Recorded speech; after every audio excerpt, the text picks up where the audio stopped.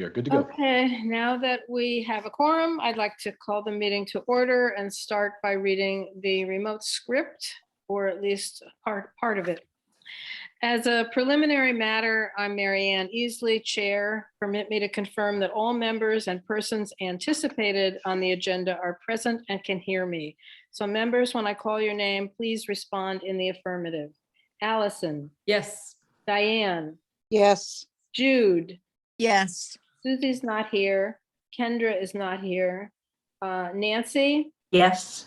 Linda is not here. And Mary Ann, I'm here. Staff, when I call your name, it's just going to be Jericho today, so we know you're here. Thank you. And in attendance. And we don't have any anticipated speakers. This open meeting of the Council on Aging is being conducted remotely pursuant to Chapter 20 of the Acts of 2021. Ensuring public access does not ensure public participation unless such participation is required by law. This meeting will not feature public comment. For this meeting, the Council on Aging is convening by video conference via Zoom app as posted on the town's website, identifying how the public may join. Please note this meeting is being recorded and that all attendees are participating by video conference. Accordingly, please be aware that other folks may be able to see you and to take care not to screen share your computer. Anything that you broadcast may be captured for the recording. And I think that's probably enough. That's that. Next thing on the agenda is the approval of the minutes of our last meeting of May 4th. Everyone should have received these from Laura. So can I get somebody to make a motion to approve them? I'll move that. And I'll second it. Okay, are there any comments, suggestions, or changes? In that case, I'm going to do a roll call to approve. Allison, Yes. Diane, Yes. Jude, Yes. Nancy, Yes. Mary Ann, yes. Okay.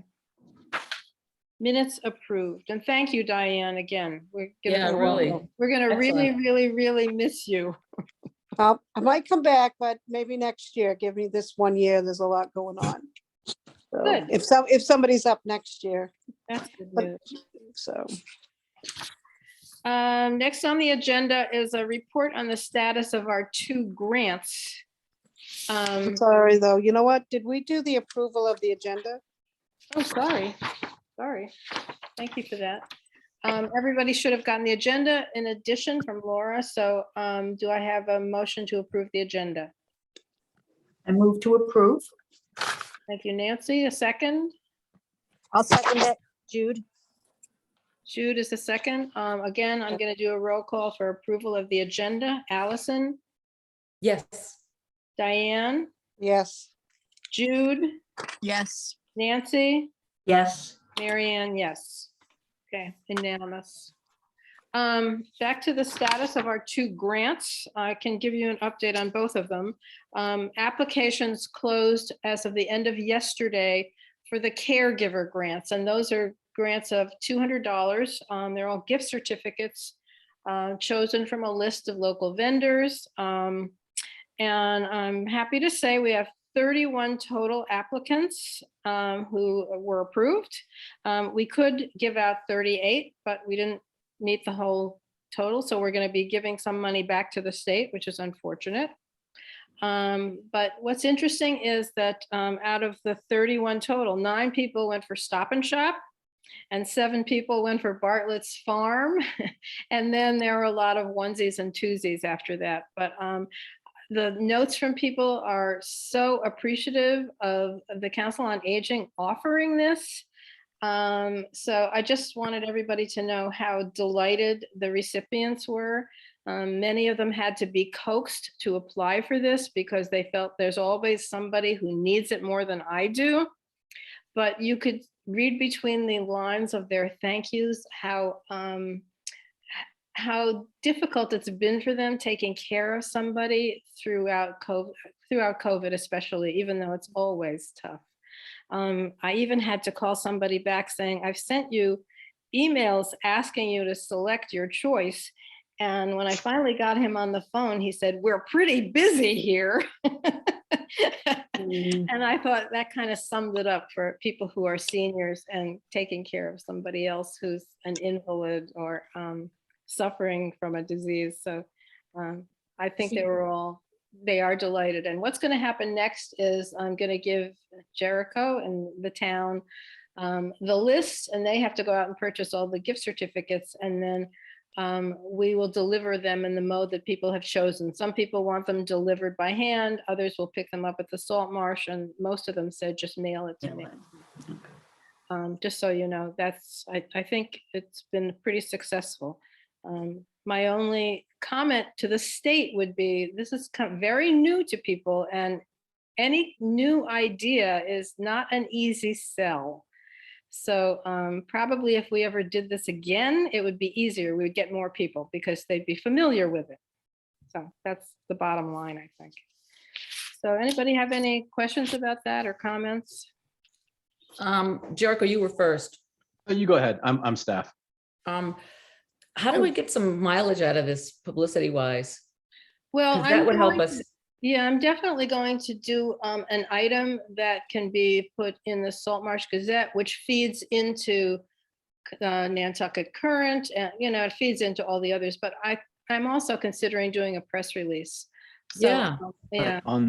On that topic, I was going to suggest when we do have this locked up and we get some numbers on what we distributed, et cetera, I was going to do a write-up for the town manager's newsletter as well. I think it'd be a good idea. Oh, perfect. Yeah, that's great. I think it would be a good idea for us to put this out there when the cycle is off. Marianne, do you know if they're intending to do this again next year? I have no idea, because it was an experiment that the state was doing. They never did this kind of thing before. So I think they're going to be looking for feedback on how successful was it. And frankly, if they do it again, I think we should apply again. Absolutely. We've ironed out all the difficult parts of it, like the systems for paying for it, all the difficult stuff we got out of the way. We'd be able to, if we got the grant on the same timeline, we'd be able to immediately start promoting and recruiting people into it now. We wouldn't have to figure out how to pay for anything. Yeah, for sure. But I also want to mention, because you said that the newsletter that Libby puts out, that you are heavily featured in this latest one. So anybody who hasn't read Libby's newsletter can find out all Jericho's secrets this time. Jamal did the interview and I just asked, please don't make me look like an idiot or a jerk. And he did a very good job of that. So You I'm looked happy really about it. good. So everybody should read it. It's great. Yeah, glad you did that. Let's vote on a haircut for Jericho. Yeah, that was decided when I saw myself in the Zoom mirror. That's going to get sorted out very soon. You can move your bangs to the side a little bit like that if you wanted to. I could really do the comb over, the I'm not balding look. Sweep it But to it the did side. say that you're a skateboarder, and I thought the photo should have been you on your skateboard. I tried again last summer and it turns out I might be a little too old. And then we're on to the next grant. Yes. The other grant is for home modifications like grab bars and railings, that sort of thing. So that's been a slow startup, but currently we have 9 requests and 5 of them are actually in process already. Steve Maylou is our installer, and I call him with first I talk to the person who requests this, and then I explain how the process works. And then Steve Maylou calls them back and sets up an appointment to come in and do an assessment in their home. So he's already been into one person's home and may have been into others by now. Steve had hoped to be retired by now, but he's been pressed into service by his previous clients. So he's not totally on board with us. So he's fitting us in between clients. But this is the first time I've been happy to say this is actually moving along. And our contract with the state is for 15 total clients this year. So the fact that we have 9 requests and 5 in process, I think is a good sign. And if we do a good job, we'll get another year's worth on this, so 7,000 and change. So I'm happy to report that that's actually moving along now too. And Jericho, you already know this, but today I asked for some guidance from the state because we're getting requests from summer people now that they're coming back. And I really want this to be as democratic as possible and open to people who need it. So but we only have 15. So I need the state to give us guidance, which they already gave us a little bit in our contract, which says we need to focus on people who are needy and who are non-English speaking. Just that fact alone is going to reduce the number of options available. So I'm waiting for the state to give us guidance on, do you think we should limit this just to year-round people? Don't know the answer to that yet. Or else maybe see if there's an income guideline that we can follow or a sliding scale or something. Well, it's really hard to ask people Yeah. for personal information like that. So if somebody owns properties, more than one property, that's some guidance that they're not in need. You know, they own properties on a property on Nantucket and a property somewhere else that's their primary residence. So that alone tells you that they're not terribly in need, I would assume. My personal instinct on this would be to limit it, and this is obviously pending state guidance. It's nice to have state say we can't do something that we don't want to do, which is nice, but I sort of think it should be limited to primary residences on Nantucket only. Means testing can be an extremely difficult thing to do, but it doesn't seem like this money should be earmarked for people who have multiple dwellings or are capable of living in multiple places. That seems contrary to the spirit of the grant, if nothing else. Well, you know, maybe if people are taxpayers in Massachusetts, that might be a way to, I mean, that, Again, I mean- how do we figure that out? or else registered voters. You can't limit access to public funds to voters. Oh, There's a couple of things about Yeah, that. it seems There's a like the thing. only cutoff point is full-time resident or not. That's easy to actually work with. Everything else becomes complicated in some way because you have to get information and you have to make sure it's accurate information. So We run into a fair number of these problems with the senior tax write-off program as well, trying to verify this stuff. And that actually has more regulatory teeth. It's built into the Massachusetts tax code. And we still have a fair amount of difficulty trying to verify that kind of information. So means testing along these lines is onerous and probably more complex than we need. and so where are most of the referrals coming from? Well, they come from 3 places.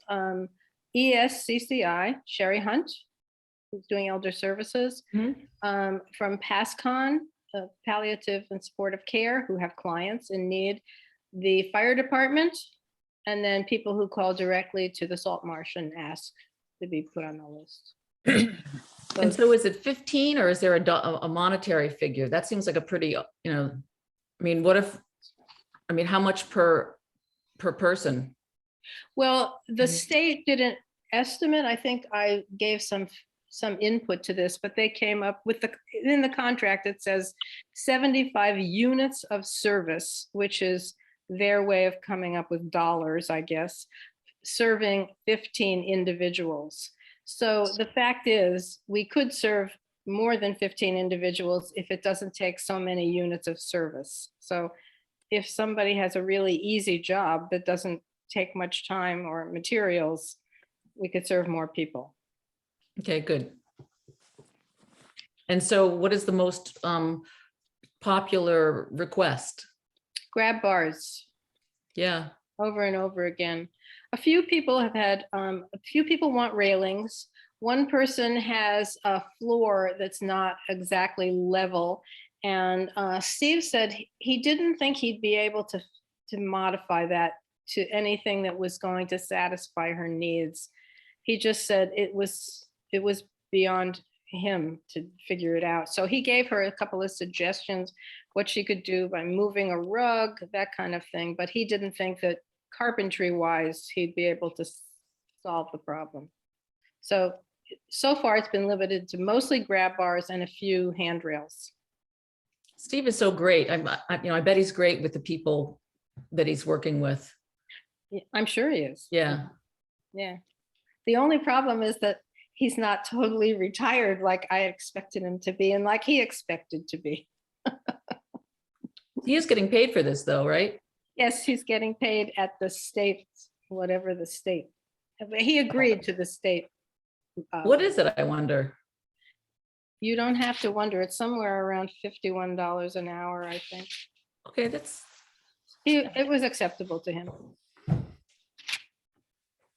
Any other questions or comments on that grant? Okay, next item on the agenda is Jericho. Okay, so updates from me. I'm looking up at the board right now. We've got 2 or 3 programs in planning stages using my lovely town nurses. The one that's most relevant to COA is Heather's been stockpiling gear to do regular or semi-regular health clinics for things like diabetes screening, et cetera, at the Salt Marsh, aimed at seniors there. So we're hopefully going to be able to start doing some of that programming probably just after the summer starts.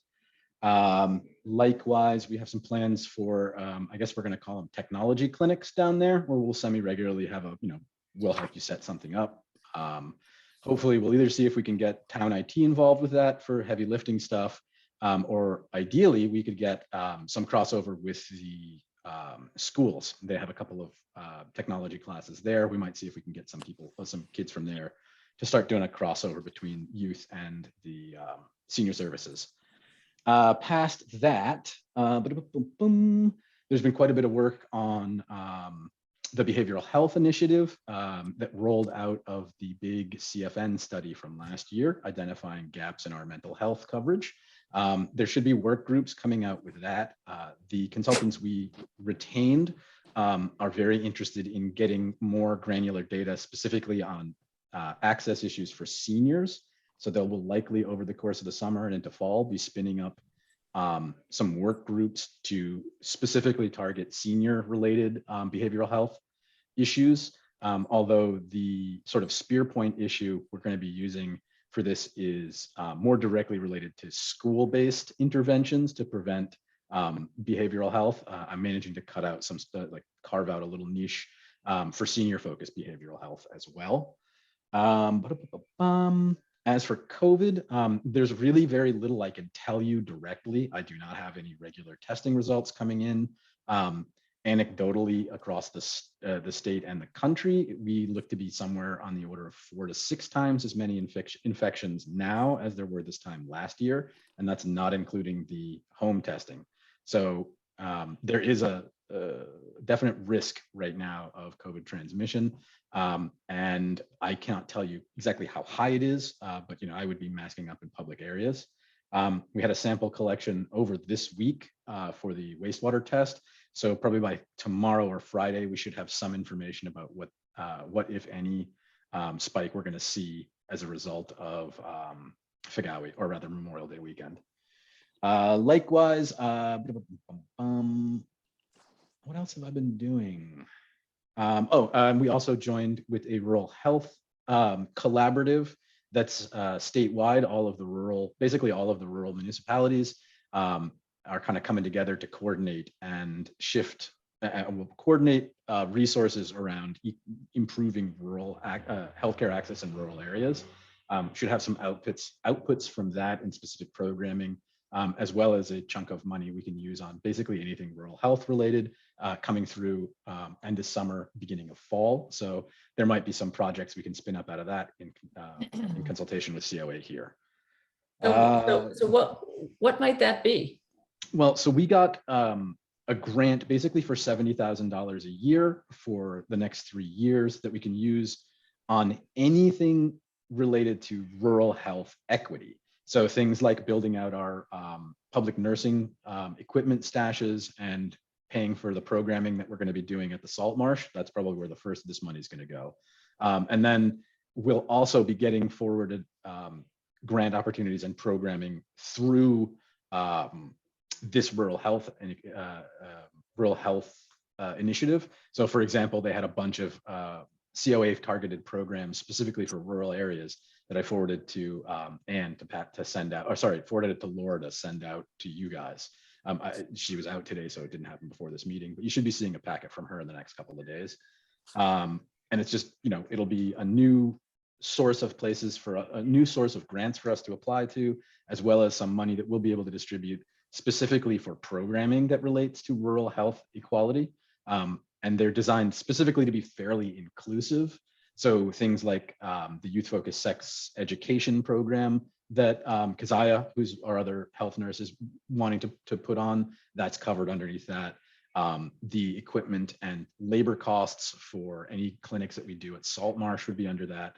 And then if you guys have specific types of programming that you believe falls under this notion of rural health, we can bring it to them and see if we can, make it happen. So it's basically an additional source of revenue we can put towards programming, technology, infrastructure that has to do with balancing healthcare access here and then versus something in a more urban area. Question? Oops, Diane, go ahead. I have to back up a little bit. Mhm. You said Heather would be doing some health clinics at the Salt Marsh in Mhm. early fall. Is that coming from that? You said that is coming from that grant? So the equipment Probably. costs associated with that program would be is being invoiced against. It's currently being invoiced against our town budget, but then once the grant monies are freed up, we'll be able to pay off that using the $70K a year. Okay, okay. No, go And then ahead. my second one, you said juniors and seniors, and I could not hear what you said. The juniors and seniors at the Salt Marsh? Oh, yeah. the So I second was thing? trying, we're going to be doing a kind of, I've been calling them technology clinics. Basically bring your device in, will help somebody set something up for you, technologically speaking. And then we're going to try, I was trying to get a crossover between the schools. The public schools have a technology and IT program there, getting some of their students to come and help us, just to sort of, anytime I possibly can, I want to be building relationships between the young and the old whenever at all possible. So it was sort of a nice value add we might be able to sneak in there. Okay, thank you. No problem. I think that's basically all of the stuff I'd like to, I'm ready to share. If you guys have any questions about anything that I do, anything for the town in general, anything COVID related, go right ahead. I'm happy to answer anything I can. I've got a question about the rural health thing. Mhm. Might that include transportation off island to see specialists? No, unfortunately not. That specifically is cut out because there's no way to effectively adjudicate the way that the money is spent. The cost of transport to and from Nantucket is significantly higher than other rural areas. So they had to specifically carve that out because otherwise all the $70K would go to that. The idea is to be bulking up services at the rural area as opposed to subsidizing travel to an urban area. It's part of a larger program designed to make a robust collaborative with all rural healthcare services or health department services. It would not be, unfortunately, one of the few things we can't use it for is transport. It could be useful in us bringing a specialist here for kind of clinic type stuff, but it can't be used for primary care. It's for public health systems. Jericho, I have a comment about the senior behavioral health idea. Mhm. In that now that we are going back into the salt marsh, and people are not rushing back into the salt marsh at all, they're very careful about it. It seems to me that the overwhelming problem that exists is people are dying for socialization, but need to still be careful. So they just look so run down, and so it's been so difficult to find things to do that balance being social with being careful. And so anything that falls into that very difficult and narrow category would be great. Yeah, I mean, specifically socialization, pro-social behaviors were all things that were big gaps that were identified. Good. Socialization and community trauma being a term that was introduced to me by, I think, Sue Mitten at one of the last CHSs. But basically, the entire community went through a pretty traumatic experience with lockdown and so on and so forth. So pro-social behaviors are something that the state and local, and then all of our consultants have said are things that we need to build on. Specifically, I've been trying to get more outdoor activities at the salt marsh, but we keep running into insurance and logistical issues that make it difficult for me to do anything that's not on salt marsh property.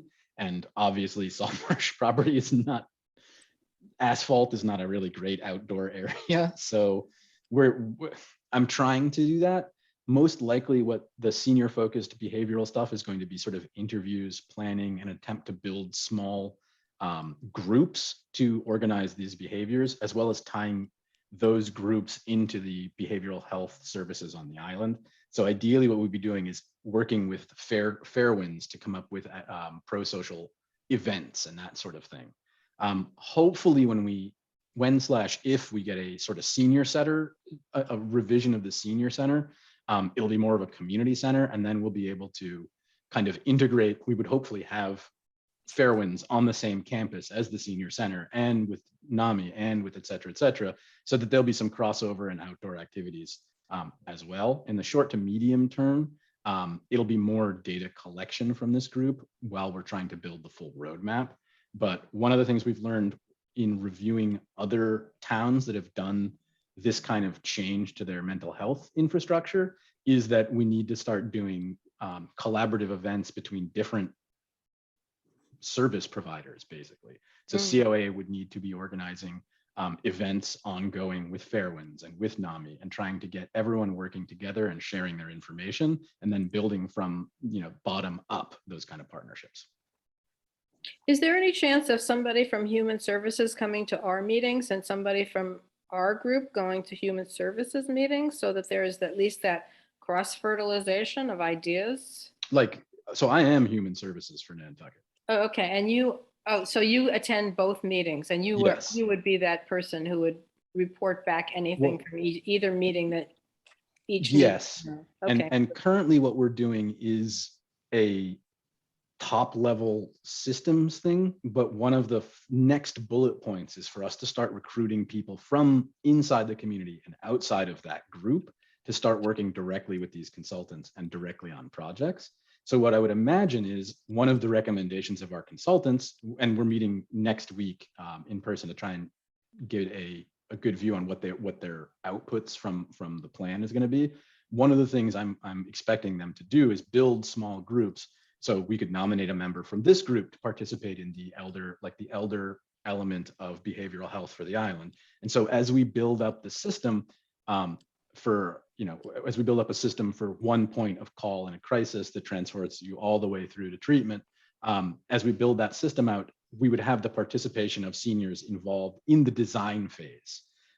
So what I would expect is over the summer, I'll come back at the next meeting and be like, okay, here's what we've come up with, and here are the roles that we need to fill and how to coordinate this, and what the requirements for participation would be on your guys' side. So it would be kind of, right now I go to both meetings, but it would be in our best interest to have members of the elder community involved in the design process. And hopefully that's something we're going to be doing starting this summer into this fall. Good. I also have another comment about COVID. Mm-hmm. It seems to me that there's not accurate data on numbers. I myself have talked to 3 people this week who have COVID, and I thought, okay, it says that there are 5 people per week, and I know 3 of them. That seems impossible. It's actually 5 per day. And I have never particularly liked that number. It's never correlated well with the, when we had robust testing data, it never lined up 100% accurately with those numbers. The unfortunate thing is that we don't have data. We take a sample every 2 weeks, and that's the primary source of data we have. And nobody's testing now. Nobody's testing at the hospital. The only PCR tests they're doing are basically for travel, for insurance purposes, and ahead of surgical procedures. So I do not have any information or any really good way for you guys to measure your risks. Just that it's much higher than perception would. Like, we are, in terms of the number of people being infected on a regular basis right now, we are between 3 and 6 times what we were last year, and that's not including the rapid tests. Wow. Wow. I wear my mask every time I go inside anywhere. I mean, and I haven't gone to things like Luna Fest because I sometimes feel like, like at town meeting, there was probably 10% of the people there that had masks on, and I was one of them. So it's like, I'm not over it yet, but a lot of people are, and that's frightening. So The best metric we have right now to see what the severity of things are, we're basically ignoring long COVID as a long-term risk, and that's just because there's nothing that we can do on a local level about that. If the state and the federal government isn't going to do anything about it, we literally we're a drop of water in the ocean to try and stand against that. And there's no appetite locally for doing any of the mediation efforts that are necessary for this. So we just have to track hospitalization as hospitalization medevacs. And so far we've had 0 hospitalizations from this last spike. We topped out at 5 hospitalizations in the Christmas spike of Omicron. And there hasn't been a significant increase in COVID-related medevacs. So as far as public health risks, the concern is that it will overwhelm the healthcare system. So we track hospitalizations now instead of infections, and that's from the CDC on down. And it's unavoidable. Managing, if you are personally at risk, it's a riskier situation now than it has been.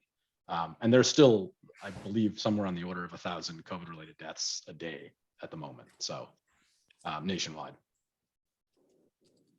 Now, do you get things from the school, Jericho? Heather, Because that's, Heather's been tracking their numbers. So what happens is most of these cases for the last 2 years, and please stop me if I'm getting too in the weeds here. This is, I can go, I've had my head in this for almost 2 years at this point. I can go on for a week. So just go like, okay, we get it at a certain point. But the tracking system for this is a program called Maven, and it's supposed to be it's supposed to be all infectious diseases in the state of Massachusetts are supposed to be monitored through this. Unfortunately, the testing done through the school's nurses is not handled under Maven. It goes into a DESI, the Department of Early Childhood Education, or Department of Education and Schools. So it's a different category of tests, and it's measured by the school nurses, but not reported in the same way as the other tests are. I believe the highest number we had was 90 positives through the school system in the course of a week. And that was about 3-4 weeks ago.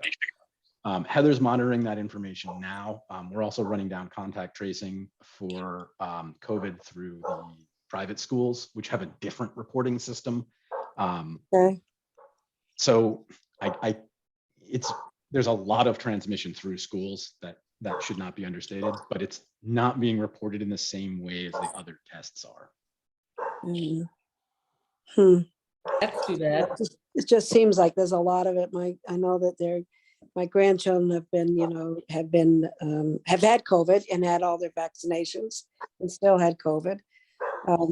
But the last couple of weeks, there were, in this past weekend, 2 soccer games were canceled off island because of COVID. Sorry. No worries. I don't.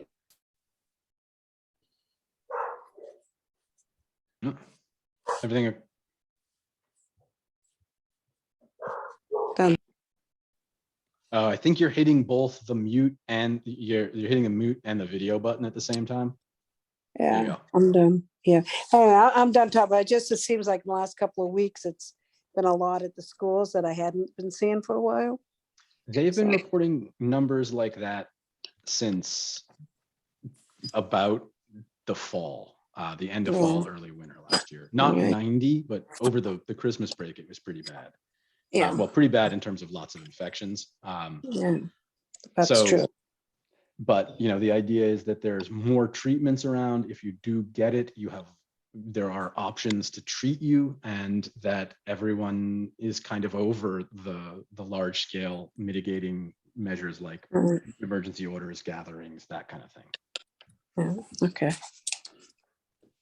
Are there any other comments or questions for Jericho?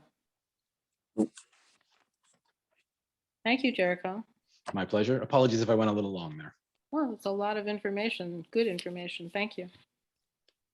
Allison, you're up next with the Elder Services.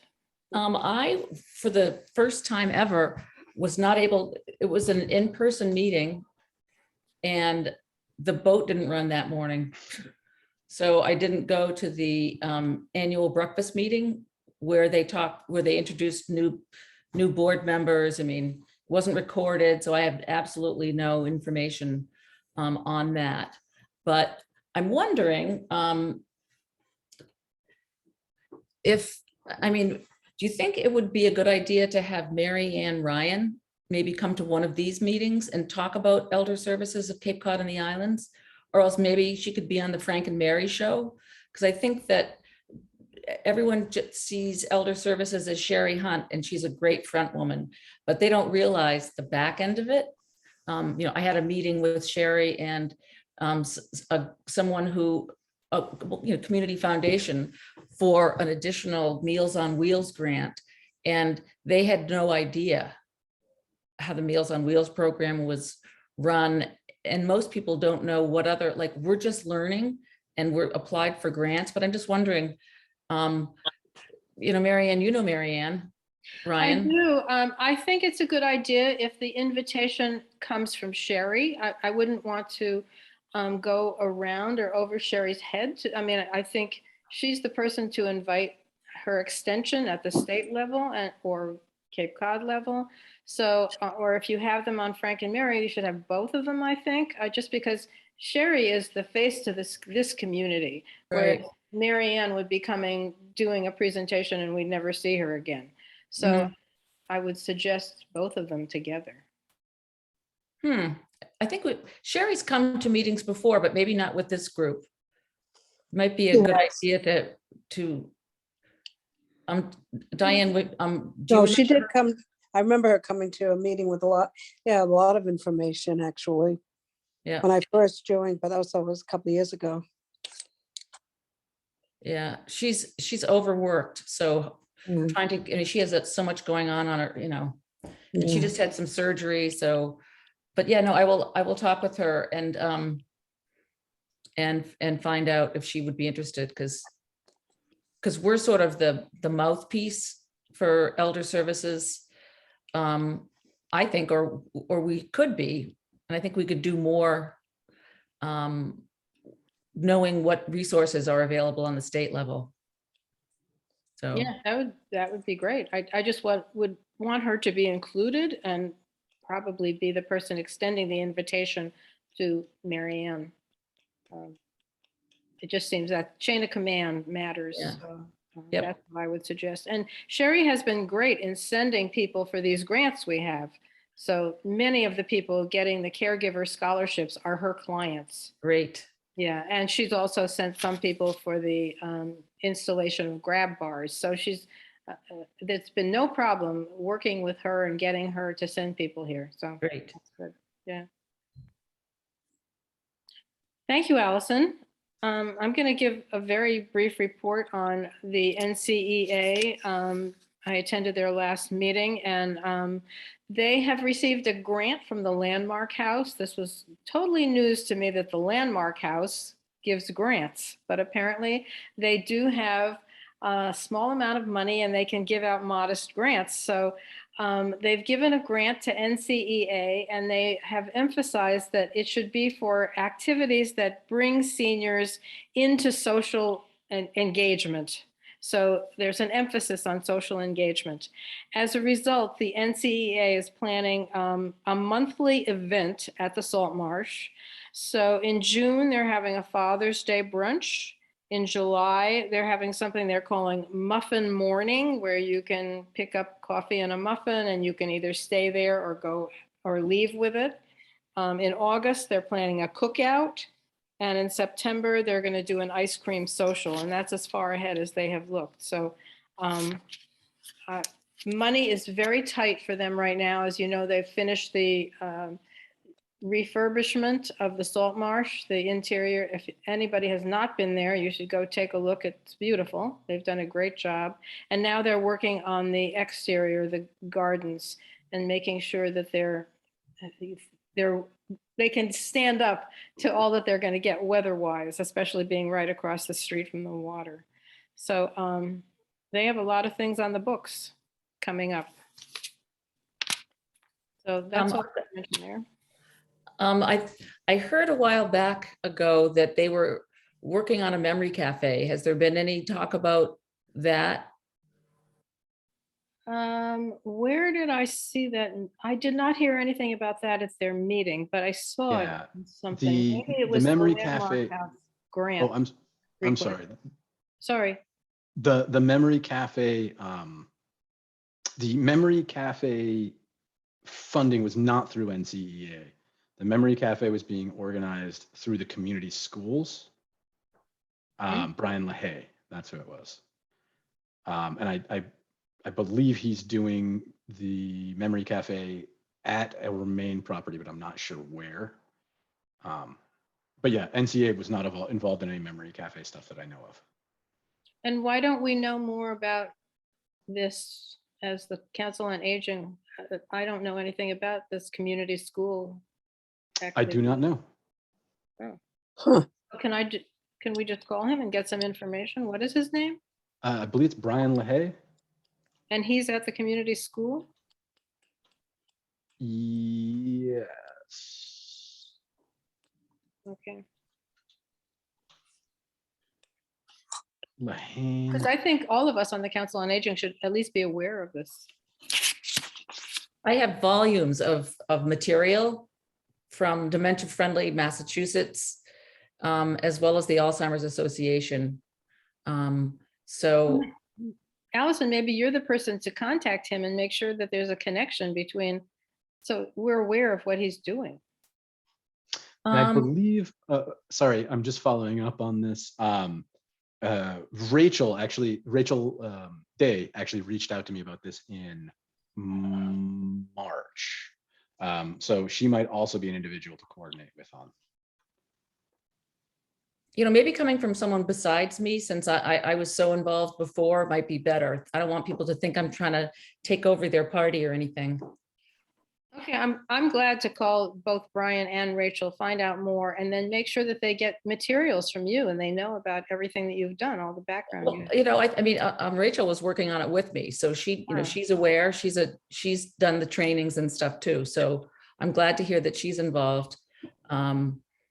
But yeah, no, it would be nice if, as a board, we were aware and could support them in whatever way we could have. So.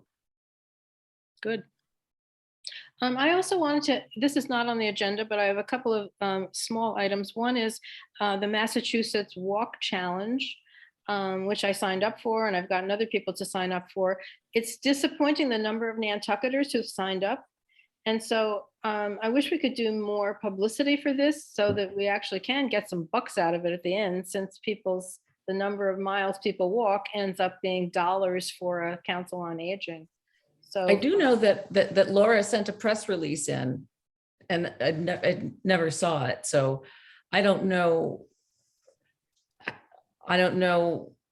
why they didn't publish it. I don't know anything about it. I never heard it.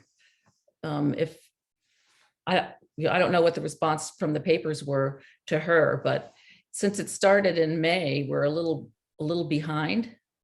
yeah, but it goes to October, and you can always put, you know, you can even wait for October and put in all of your steps or miles from back to May. So it's you can do it retroactively. filling in your information. That's pretty easy. I just wish that we could reach people who are already walking. People who are Yeah. walking, just not recording this for this purpose. So any way we can think of to reach those people, we could at least get possibly some money out of it. So just a thought. I think I've had a couple of friends sign up too. I did sort of drop the ball on the reaching out to the Conservation Commission. And my dance card for reaching out is full right now. So I'm not going to be taking the lead on the march, the walk business at this point. I'm busy marching. Okay. Everybody must have gotten an invitation to the Seniors of the Year luncheon on June 23. I hope you've RSVP'd as a member of the Council on Aging. It's nice to have all of the members there. So just a reminder. And then before we had a quorum, we were discussing the fact that we've had an offer of moving our meetings from Zoom to possibly in the ugly trailer, famous for its ugliness, that's next to Stop and Shop and the old fire station. So I just wanted to see what people's feeling is about, do you want to keep these meetings on Zoom, or would you like to move to the trailer to in-person meetings, or some combination of the two? So just want to hear from people what you think about that. Jude, I think you were the only one that wasn't here before.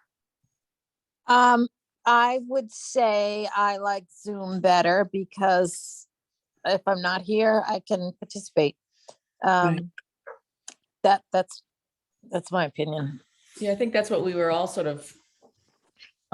Mary Ann, what do you think?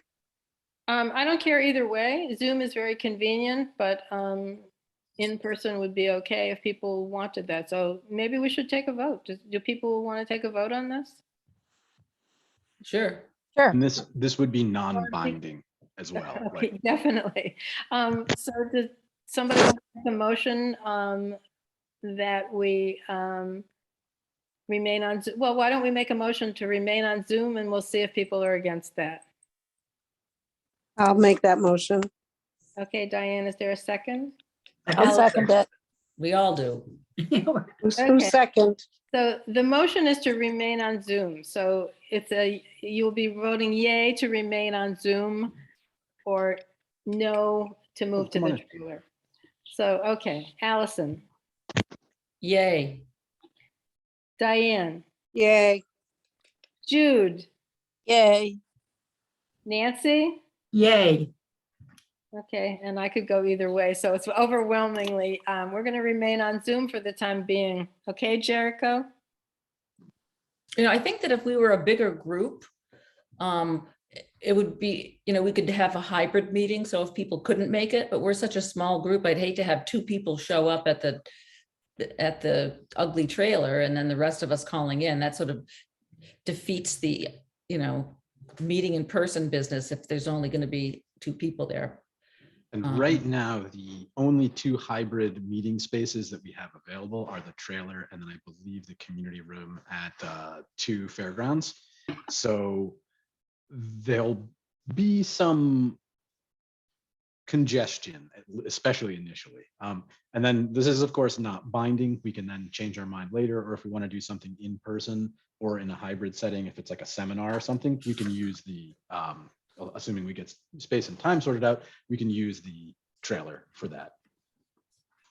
I mean, if we had a speaker or if someone were here, I think that would make sense to, if we had someone physically on island who wanted to meet with us, that would be another thing.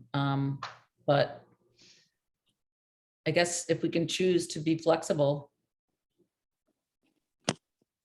Okay, well, for the time being, we're going to remain on Zoom. Sounds good. I'm sure we'll be addressing this issue again in the future. Are there any other issues that people want to bring up? Okay, I'll take a motion to adjourn the meeting. Somebody want to make that motion?